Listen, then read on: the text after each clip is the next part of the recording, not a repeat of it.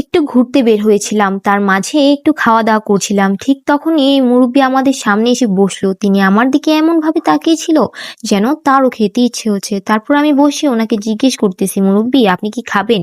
তিনি উত্তরে বলল, হ্যাঁ খাবো। খাবারটি অর্ডার দিয়ে ওনার কাছে গিয়ে একটু কথা বলছিলাম।